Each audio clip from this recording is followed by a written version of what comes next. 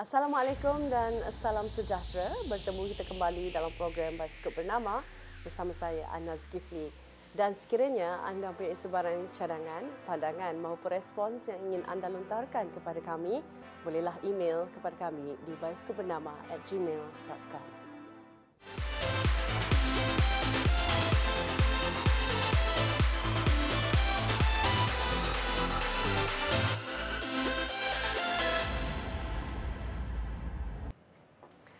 Demi memenuhi minat dan menunjukkan kesetiaannya kepada pasukan bola sepak Kedah, seorang peminat tegar, Muhammad Rizal Ismail, 44 tahun, sanggup berhabis ribuan ringgit untuk mewarnakan kenderaannya dan menempah busana tradisional Melayu berwarna kuning hijau.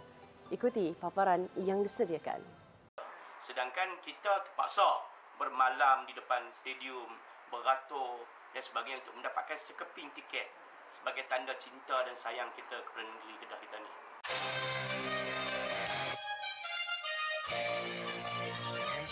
Saya Muhammad Rizal bin Ismail. Saya seawal usia umur saya 6 tahun. Pada tahun 1981. Saya dibawa oleh ayah saya yang juga menyokong tegar negeri Kedah kita ni.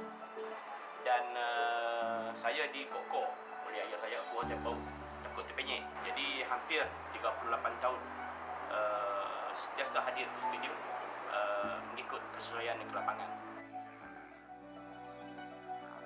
Sebenarnya minat saya kepada Kedah dah lama dan berniat untuk nak menukar warna kereta kita dan motor itu dah lama. Saya pun hantar kereta saya untuk dicat di luar saja di kulit dengan kos RM1,750. Kemudian saya hantar motor saya untuk dibuat benda yang sama, dibuang stiker lama dan dimasukkan stiker baru dengan kos RM550. Dan pada bulan lepas, semasa musim raya, saya pun tengok ramai orang yang berminat trend terkini memakai tengkolok. Jadi sebagai kita kata pegawai kebudayaan, terlintas di hati untuk buat satu set pakaian masyarakat Melayu dahulu. Merasa bertanggungjawab untuk mengembalikan balik zaman pemakaian busana-busana tradisional ini supaya anak-anak muda di luar tak lupa akan budi budaya nenek moyang mereka. Saya memilih hijab kuning sebab kita sebagai peminat setia negeri Kedah Darul Rahman, dan saya akan memakai pakaian yang macam ni setiap kali saya akan ke stadium Sabah ini. Selama 38 tahun saya menjadi kita kata peminat setia ataupun penyokong bola sepak negeri Kedah ni. Pengalaman paling manis ialah ketika kita menggondol kejuaraan 3 piala double triple selama 2 tahun berturut-turut, di mana kita sama-sama meraihkan kejayaan kita tu pada tahun 2007-2008. Walaupun di saat orang lain tidak memberikan harapan yang besar, tetapi sebagai peminat setia negeri Kedah Darul Rahman ini, kita harus sayang dan cinta kepada negeri kita walaupun apa pun yang terjadi pada pasukan kita. Kalau kita bukan sebagai seorang penyokong anak negeri Kedah yang menyokong pasukan kita, siapa lagi yang akan diberikan harapan untuk nak sokong pasukan kita? Jadi jatuh bangun, kalah rebah, kita tetap bersama dengan pasukan negeri Kedah Darul Rahman. Sokongan kami bukan waktu menang saja, sokongan kita sepanjang zaman. Mekanik jalanan Rahmat Azhari Sufiantan, 41 tahun, sedang tekun membaiki motosikal pelanggannya di kaki lima kedai di Bandaraya Ipoh meskipun hujan renyai dan waktu menunjukkan pukul 3.30 pagi. Kecekalan dan keprihatinan beliau bagi memberi perkhidmatan tersebut membuatkan beliau dikenali sebagai Mat Tiup Talian Hayat warga Ipoh. Ikuti paparan yang kru kami sediakan ini.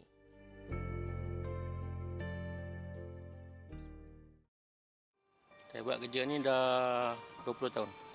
Hampir 20 tahun. Kerja mekanik jalanan malam ni, kita tak adalah malam je. Dia siang pun ada juga buat. Cuma kita standby 24 jam lah. Phone tak boleh off. Kerja berbagai lah. Bukan satu kerja untuk tukar tayar je, tak ada. Tak ada motor problem. Motor minyak habis kita tunda. Kadang kereta breakdown pun ada buat. Jam bateri, tukar tayar. Kereta tak boleh start, lalu kita try tengoklah. Itu ada jugalah tolong-tolong kawan-kawan buat kereta accident, tolong-tolong backup dia orang kan. Bagi information apa-apa yang patut. Macam tu lah, tak adalah kata buat satu kerja malam. Kita merangkum semua.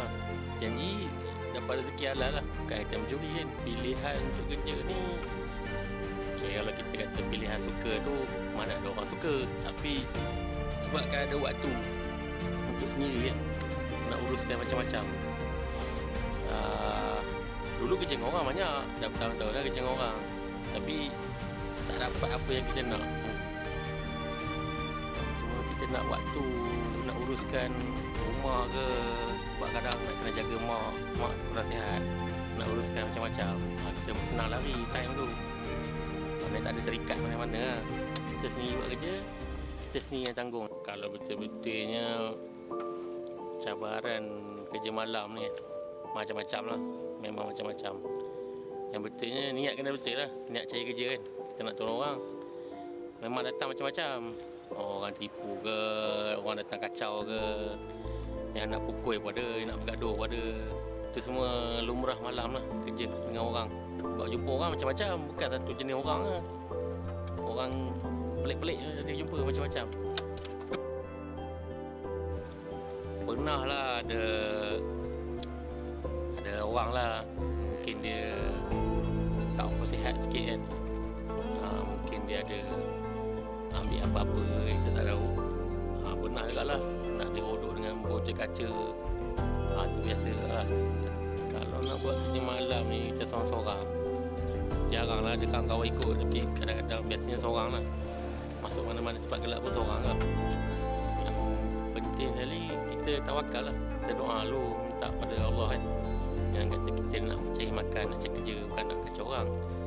Tawakal tu hati memang kena kering lah. Tak banyak, tak sikit, ada Alhamdulillah ada rezeki. Boleh lah orang kata nak buat belanja rumah. Cukup lah pakai untuk tanggung family, mak dengan adik kan. Alhamdulillah lah, cukup lah. Kepada yang tak kerja, yang kita kerja lompat-lompat, kejap kerja, kejap tanah, malas kan. Kalau boleh lah, buang lah sikap tu. Kita dulu pun pernah lalu benda tu. Tapi orang kata apa? Tanggungjawab. Kena ada tanggungjawab. Kita buat kerja ni memanglah kalau ikut ajaran kita Islam kan. Kita cari rezeki yang halal lah. Jangan menyusahkan orang. Jangan ambil kata benda orang. Tak kisahlah kerja apa, macam mekanik malam ke, pergi kutip sampah dalam tong sampah. Itu jual besi buruk semua pun rezeki halal. Dia tak mencuri. Cari dalam tong sampah. Akhirnya kita orang kata bersyukur lah. Apa yang ada kan. Apa yang dapat, apa yang ada. Yang pentingnya, macam saya cakap lah, yang penting niat saya nak tolong orang dulu. Duit tu nombor 2. Sebab setengah orang, duit tu dia utamakan dulu. Tak tolong, tak apa, janji dapat duit dulu. Tak boleh, kita tolong orang dulu, baru kita kira duit.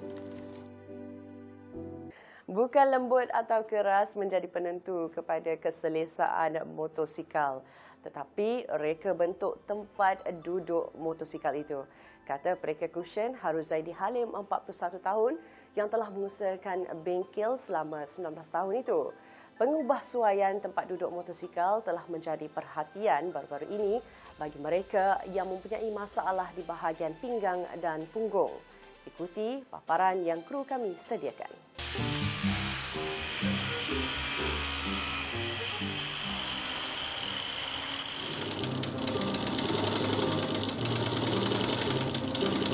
Saya Haruzaidi Halim, pemilik BCK Cushion di Taman Subang Mas, berhampiran Jalan Batu Tiga Shah Alam. Kalau nak buat seat ni kan, untuk nak dapatkan seat comfort ni sebenarnya mudah saja.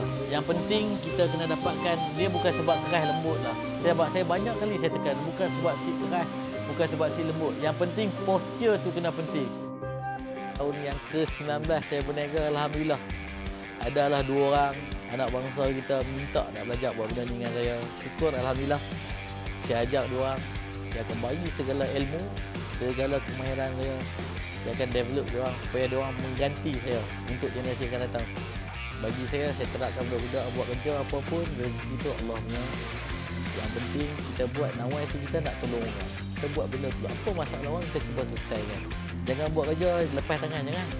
Saya selalu pesan dengan budak, apa masalah, ganti balik. Untung rugi tu kerja Tuhan. InsyaAllah, Allah tolong. Good, okay. They really do a good job. Of course, you must have the patience. Okay, kita kena bersabarlah. Nak tunggu sampai yang dapat. But I'm very satisfied now.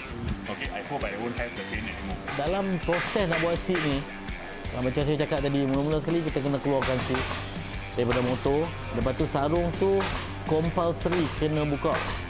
Bila dah buka tu, jadi daripada situ proses dia kami ada dia bermacam-macam masalah. Ada kes perlu ditambah, ada kes perlu dibuang.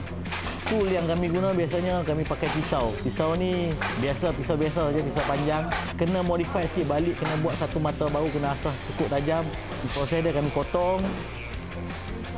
Jadi akan replace balik lah. Kena tengok keadaan lah benda ni. Jadi bila dah dapat, bila dah benda tu dah ditampal semua, jadi kami akan gunakan tudung tin yang kami tebuk dengan paku untuk proses nak buatkan shape. Itu untuk dapatkan shape. Daripada shape itulah yang nak menentukan posture kedudukan kita, yang sama ada seat tu ngam tak ngam dengan badan kita. Tapi bila saya jumpa hari ini, nampak memang dia berkebolehan. Saya pun puas hati dengan kerja yang dia buat. Walaupun tak siap lagi, tapi dia really take time to bagi kita puas hati. Dalam nak buat proses buat bentuk tu tadi, kadang-kadang ada kes kita tambah. Bila kita tambah, kita tahu fundamental dia, benda tu dia takkan sekata. Jadi kita perlu gosok dia. Gosok dia tu mudah ya, pakai tudung tin ya. Satu seat yang kami buat, bila dah siap, sebelum dibalut, kami akan bagi customer test. Posture tu paling penting. Okay, banyak kali saya tekan kat customer, posture tu penting. Sebab tu bila buat, benda tu kena test. Nak tengok ngam tak ngam dengan posture kita. Kalau tak ngam, ejazlah sampai ngam. Bila saya dah buat satu benda tu, saya suruh customer test. Bila dah test tu, dia akan tahu benda tu ngam tak ngam dengan dia. Kalau tak ngam, itu hak abang. Abang cerita, cakap dengan saya akan buat balik sampai ngam dengan abang. Abang ada, kalau selepas dah siap pun, abang ride, abang duduk, masih ada tak puas hati, abang datang. Saya akan buat balik free of charge, tak ada masalah.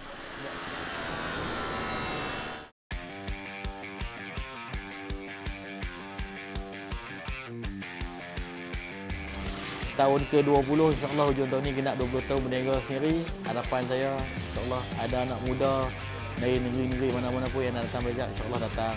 Saya cuba ajar, saya cuba bagi ilmu. Tapi kita nak menuntut ilmu ni kena ingat, satu, kita kena ada minat, dan yang kedua, kita kena ubah sikap. Kalau sikap kita tak ubah, kita tak ada disiplin, tak akan ke mana. Tapi niat saya memang saya nak cuba buka persediaan, nak mengajak balik anak bangsa kita tentang skill ni. Apa prospek dia untuk masa depan, masyarakat mana, sejauh mana bisnes ni boleh pergi. Itu je saya punya impian, insyaAllah, sebelum saya pejam mata undur diri sepenuhnya dalam dunia ni. Diharapkan anda terhibur dengan paparan dan perkongsian maklumat kami itu tadi. Program Bioskop Bernama telah sampai ke penghujung rancangan. Dan bagi anda yang ingin menyampaikan sebarang maklum balas, idea atau cadangan, bolehlah email kepada kami di bioskopbernama@gmail.com. Semoga apa yang kami paparkan kepada anda pada minggu ini dapat memberi idea, inspirasi dan rujukan buat anda. Pokok pinang ditanam rapat, uyah sini berlari-lari. Samalah kita menjunjung adat, tunggak budaya semai di hati.